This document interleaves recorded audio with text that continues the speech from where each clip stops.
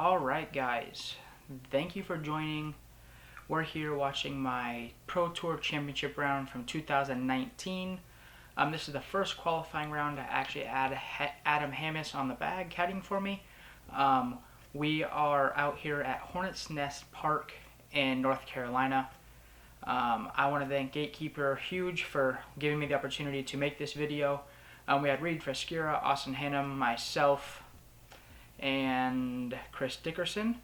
Joel Freeman, I'm sorry. We had Chris Dickerson was the champion from last year.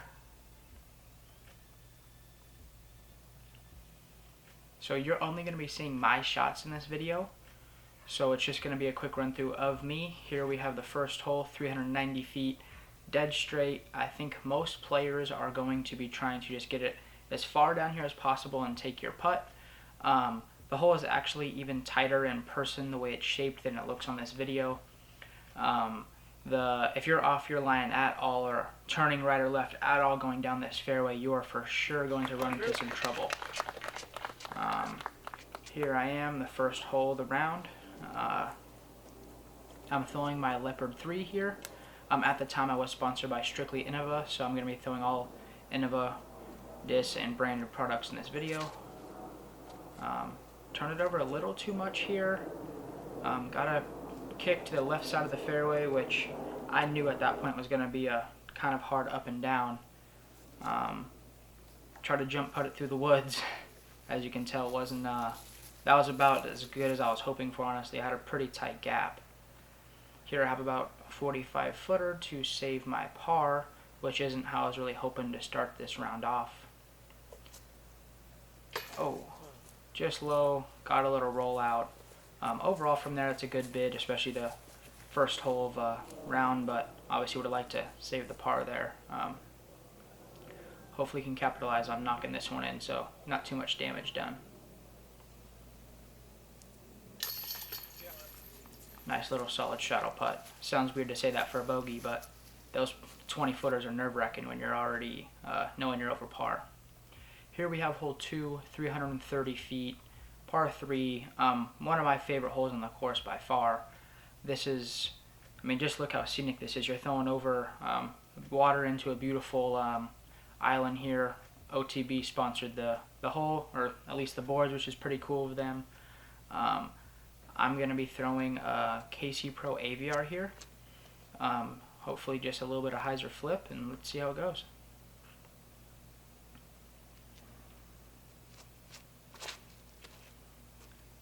Oh, I guess I realized I was thirsty. But that was a beautiful shot. This pine straw here is, if you're going up that hill, the disc will sometimes slide back. So I ended up being just barely outside the circle here with a nice little uphill jump putt.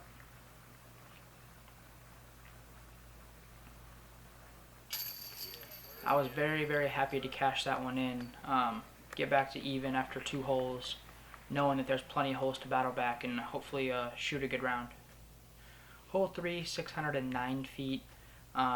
This is a placement hole for sure. Like if you're off the fairway at all, you're going to have a very tough time even saving your par unless you go way right through these trees and get kind of lucky. So you want to throw down into that, where the drone turn, you want to throw down into there, then you have a little turnover upshot or sidearm upshot into this green, which is also protected. I'm throwing KC Pro Rock here, just trying to lace it down the gap.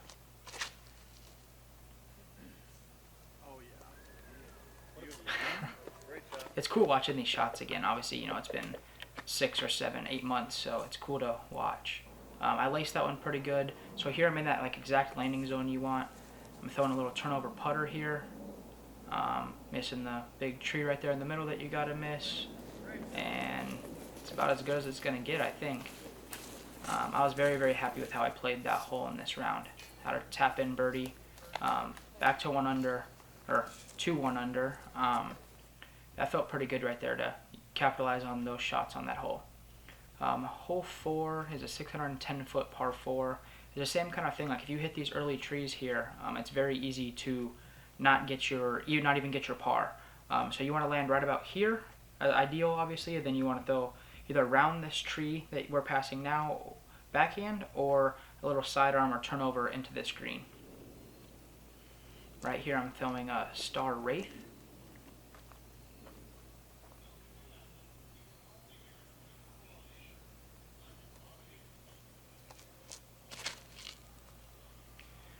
Laced that one pretty nice, a little bit of turnover. Yeah, that's pretty good. I don't remember what way my upshot's going to go, but that's that landing zone I was talking about, being right out there in the open.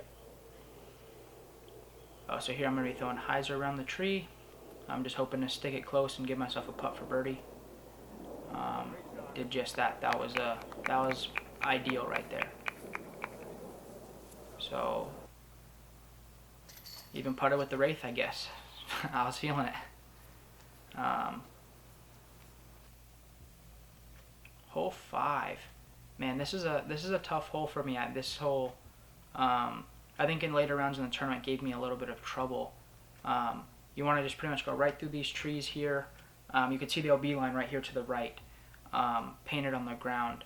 And then you're just playing up to this little elevated, sloped green. It's only 585 feet, but none of us are reaching it, as you can tell with the low ceiling. But I'm throwing a T-bird here, just trying to get out in the middle of the fairway. When I threw this shot, I thought that I absolutely pured it, but as you can see right there, I'm over the white line, OB.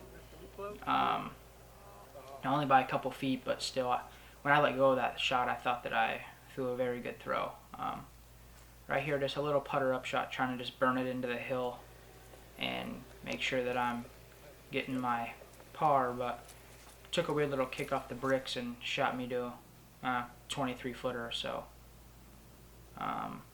Lining this up, I was just trying to think positive and just be smooth with the putt.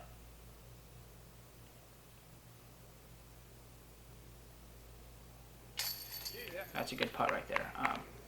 After throwing OB, all the best you could really do is a par unless you have a throw in. So being able to save that one felt pretty good. Here we have the 453 foot sixth hole. Just dead straight pretty much. There's a road to your right and there's the trees and tree line to the left. Overall, definitely a hard hole, especially with the low ceiling. You can't really flex the disc too much. So you gotta throw a hyzer flip to flat and just let it kind of work its way down there. So again, I'm throwing that red Wraith.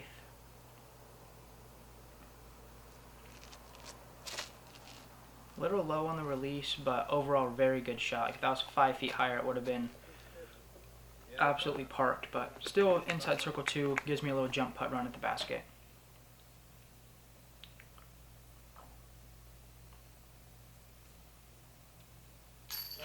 I was very, very happy with that putt. That was a nice little jump putt, obviously probably 55 footer, just lobbed it up there, dead center chains. Oh, a little rewind action. Just a little pop, got it up there nice and high, putter just faded, dead center, would have probably went in with no chains. You gotta love that. That's something that we all want to do out there when you're having those putts, is even if I miss that, it's not going very far. So very, very happy to have that drop in there for me. Here we are on the 7th hole, 641 feet, par 4. Very challenging hole. There's woods, very thick woods to the right, the path / road on the left. We're playing to the second basket back here. This is a very, very hard hole. You can either kind of take the fairway left or right. Right is more of a flex, left is more of just like once you turn it over it holds. I'm throwing that same Star Wraith. Little hyzer flip, turn over down that left gap. Like I said, once you get that turning, you want it to just hold. This was one of the best shots I threw on the hole, even in practice. As you can see here, I have a little, 120 foot little sidearm upshot right up to the target. So that was ideal. Like if you could draw it up in your game plan, that's how you'd like to play the hole. Leaderboard there. That's just within the group. Hole 8, 285 feet. It's pretty. It goes straight for about 200 feet and then starts to gradually go up to the right, where you'll see the basket on this pyramid type structure. I would say overall this is a must-get birdie, especially competing with all these players out here. I mean, these are the best players in the Disc Golf Pro Tour, so this is something where you're definitely trying to keep on getting those birdies. So here I'm throwing a PD2 sidearm. Felt pretty good about the shot. Got a little skip and roll, but I don't know, I'd say probably 25 feet away on the elevator basket, so I was happy with that walking to the next hole. Here we have my putt.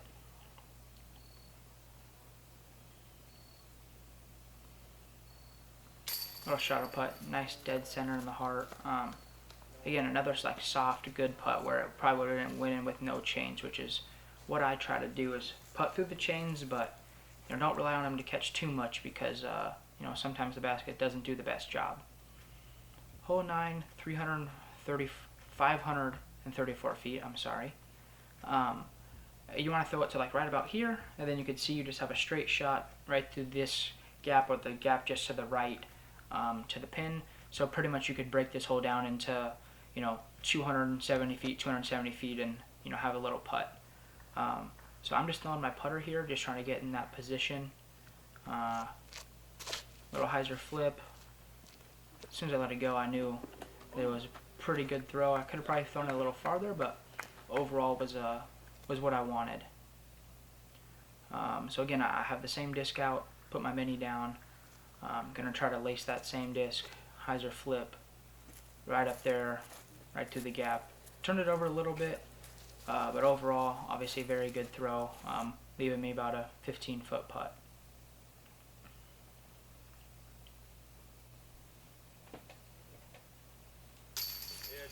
Another good putt. And then obviously birdied 7 the last 8 holes after my bogey, so coming back after that, always feels nice.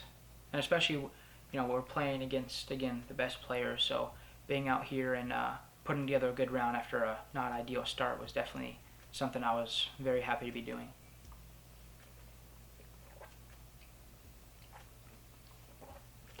Hole 10, 396 feet. This hole is, I would say, one of the most challenging holes on the entire course. You're throwing the disc straight through that little tiny gap, but then you need the disc to actually hyzer flip and carry straight. We're not playing to this long basket, we're playing to the shorter one actually. Here I believe I'm throwing a T-bird, just trying to get through the gap, and didn't really do so good. Gonna leave me a little upshot through these trees, which isn't very easy. Just trying to throw a little putter hyzer flip down this gap. I was very happy with that shot. It was a very, very technical, tough shot. To get through that first little grouping of trees, then still have the disc have enough power to go straight. Able to tap this putt in, collect my par, and moving on to hole 11.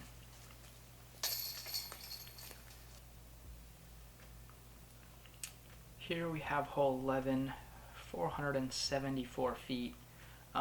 Ideal landing zone is probably about right here. And then you can see you have 2 routes to the basket. You can throw a hyzer backhand or a little forehand sidearm. The left gap, we're going to learn together on what I did here. Looks like I'm throwing another KC Pro Rock. Pretty good throw, a little low, but I think that's going to put me in a workable landing zone here. This course fits really well to my game. I feel like even though I'm known as a power player, I learned in the woods in Northern California, so I kind of learned how to play in these situations and using my mid-ranges and Wraith and T-Bird to kind of manage and get around the course. There I hit about halfway down the fairway from where my shot was, and that was a bad putt. Why am I complaining? You shouldn't hit the rim first. But so on that upshot, I just flipped it up a little too much, missed that birdie, but still in very good position to keep moving forward in this event. Hole 12, 651 feet. This hole is very, very, very challenging. As you see here, we're about 300 feet down the fairway now, and still, the gap's only 30, 40 feet wide. So you want to land about not right here. You want to land back there, and then it gives you I'd say a 250 foot little upshot. However you would get down there.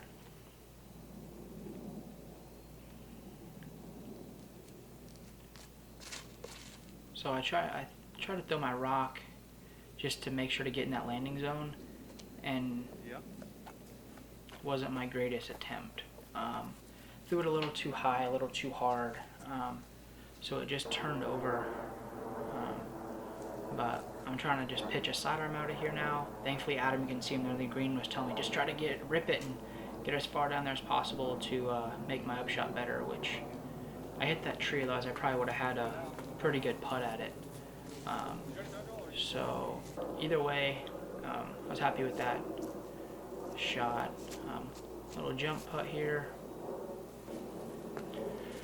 A little long, but not a bad run from about 90 feet. Tap that one in then here I'm kind of on a little par streak, and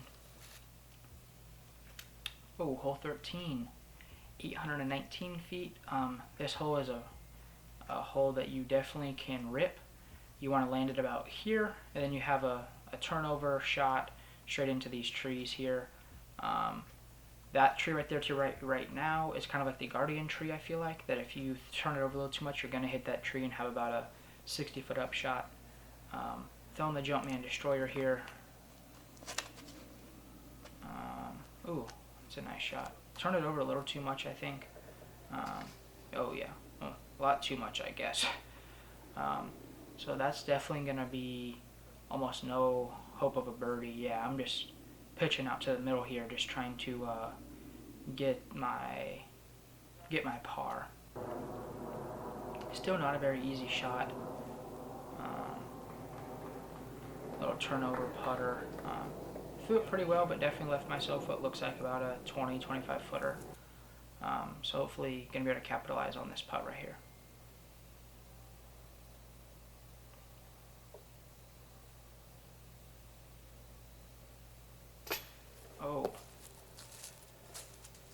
Yeah, that is what you call not the best putt. So here we are tapping in for bogey. Again, that's okay. I went. Joel's over here just throwing spike hyzers at the basket. I went on a little par streak, I guess, and then stumbled into the bogey. So hopefully right here, hole 14, 419 feet. Hopefully I can get a birdie here, or at least start to salvage this round. This is the pin we're playing back here in the back. You're going to want to throw a hyzer flip that carries very straight. So here, hyzer flip, you want it to flip to flat, which that one, you can see it's landing very flat. That's perfect. Great shot. Good shot, but skipped, 40 feet down to the left. But that's kind of, if you could see on the slope of the green, that's kind of going to happen. Here we have a little jump putt up the hill. Happy to cash that one in and get back on track here. Overall, this course is very, very fun, and as I mentioned before, I feel like it plays to my game pretty well. 321 feet, dead. You could see dead straight. There's double mandos here, so you really can't do anything else. You can't go take the Simon line over the trees. This is just forcing you to penetrate the disc straight. We are playing to this basket here, which is on the Next Gen sponsored pyramid. So we're playing pretty much just a dead straight 320-foot hole. I'm throwing my KC Pro Rock here, just trying to, do the best I can. That sucked. So I wasn't expecting that, honestly, lining that shot up. I was feeling pretty confident. So here, throwing a T-bird, which is funny because I threw rock from the tee pad and then threw T-bird from the fairway. But here I have a putt through the bushes, just trying to save that par. And that was a great putt. That was one of those putts where I was like, oh man, this is going to be a great putt if I'm able to toss this one in there. So here you have this right gap, which you can see, or the left gap. I feel like most players only go for this straight gap, as if you get right through here and start hooking up, there's a very good chance you can park this hole, and if not park it, get yourself a pretty good putt. So you're just trying to throw a high little stalling shot. Here I'm throwing a T-bird and just hoping that I can get the disc to fade to the left of this gap. So right there I just pierced the gap dead center. Like, you can't, I honestly don't think you can throw that hole too much better than that. I guess it was a little high. I didn't know I got lucky, but overall definitely happy with that shot. Was able to cash it on that birdie, put me to 7 down for the round. Overall, like I said, I'm very happy with how I'm playing. I've had a few good scrambles. There's another Spike Heiser putt from Joel. Overall, I'm very happy with how I'm playing. Hole 17, 545 feet. And again, so this is another hole, like, you have to be in the placement. Like, you want to land right here and right here only. Then you get to throw up over this hill, over this little ant hill, over this hill, over this rock, over this hill, into this rock. So this is a hole where you cannot throw it low and like expect the ground play to get you there. Like, you have to throw your up shot to the target. So here I'm throwing that Wraith, trying to go high, so I can get up over that hill hopefully and have a little easier up shot. But as there you can see, I caught the last guardian tree, and I'm having to throw a sidearm, and I'm asking some dumb question probably about, I don't know, who knows what. Oh no. Alright, well, I guess I panicked on that one. Here I'm throwing probably a putter Heiser flip. You can see I'm kind of in the bushes and the trees, so. And there's that low shot I was talking about, like, I got kind of lucky there to go between the trees and the bumps to give myself a putt, but overall, that's not really that ideal of an upshot, but I was still able to save a par. So after hitting tree on my drive, tree on my upshot, and getting kind of lucky on my other upshot, that was pretty happy to be able to score that on these holes. Hole 18, 486 feet. This is one of those holes that, like, some of us players can get there with a mid-range or a fairway driver or a distance driver or whatever. It plays downhill and it's pretty much wide open. So this is like whatever your best shot in your bag is what you're gonna throw. Here I'm trying to throw a rock because I don't know what's wrong with me. And I pulled it right. Definitely had the power to get there. Like, if I would have laced that shot down the fairway, would have been a pretty cool finish to the round, but didn't really happen like that. So threw out. That was actually an arrow. I threw sidearm just to get out of the trees. And then my putt. You get to play tomorrow. It was a great putt there. Shooting a 7 under. Overall, 2 bogeys. Pretty good round. So I shot 7, Reed shot 2, Adam shot 1, Joel shot +4. I want to give a big thank you to Gatekeeper for giving me the opportunity to do commentary on this round, and also being a front runner in disc golf media. There's plenty of great companies. Philo shot 10 under, MJ shot 8, I shot 7, Chris shot 7, Zach shot 7, Colton shot 6, Paul Ullman shot 6, Nate Perkins and Jeremy Colling tied at 4. Overall, I just want to thank Gatekeeper so much for everything that they do for the sport. There's so many good media companies out there, and the more the better. So I want to thank everybody for watching this. Thank you guys for tuning in. Hopefully we can do more of these videos with Gatekeeper, and it was great to have you guys.